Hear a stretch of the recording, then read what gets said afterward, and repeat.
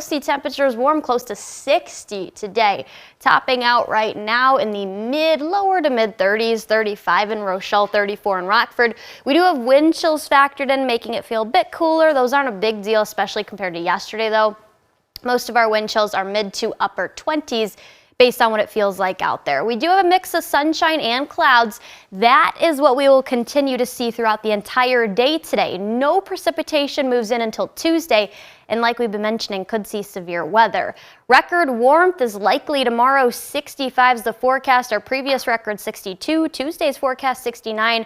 Will likely break that record to at least have near record warmth continuing for Tuesday. 68 was the previous record. Today we'll be pushing the 60-degree mark as clouds increase. Tonight skies clear out and temperatures fall lower to mid 30s across the state line, and then tomorrow a warmer day ahead. It will be nice out there, especially for anyone with any outdoor activities to do. Tuesday, that's a different story though.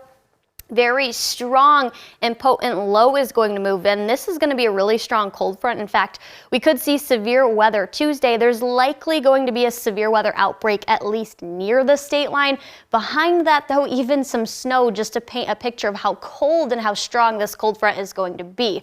All modes of severe weather would be possible, damaging winds, isolated hail, and even a couple of tornadoes. The time frame of this event would open up in the late afternoon Tuesday, continue through the evening, and even into the early nighttime hours. So yes, could be a nocturnal event. The Storm Prediction Center has placed most of the state line under a slight risk, which is a 2 out of 5.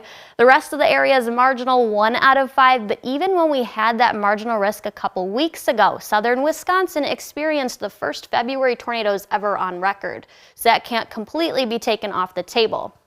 There is some limiting factors along with supporting factors. Limiting factors, that includes the weak moisture return. So that means the humidity in the lower levels of the atmosphere to the transfer within the upper levels of the atmosphere. Overall magnitude of the severe threat and overall the nocturnal, the fact that it could be a nocturnal event. So after the sun sets, which, by the way, could be dangerous because you can't see anything. Supporting factors include the overall wind shear. We do have steep lapse rates or instability. What that means is rapidly decreasing temperatures with the heights in the upper levels, lower levels to the upper levels of the atmosphere. There is potential for strong updrafts to form, and what we know for sure is it's going to be strong because temperatures will be pushing 70 degrees here locally, likely going to see a couple of 70s, even maybe close to 80, St. Louis and south of that area. But then after that passes, we actually drop about 40 degrees.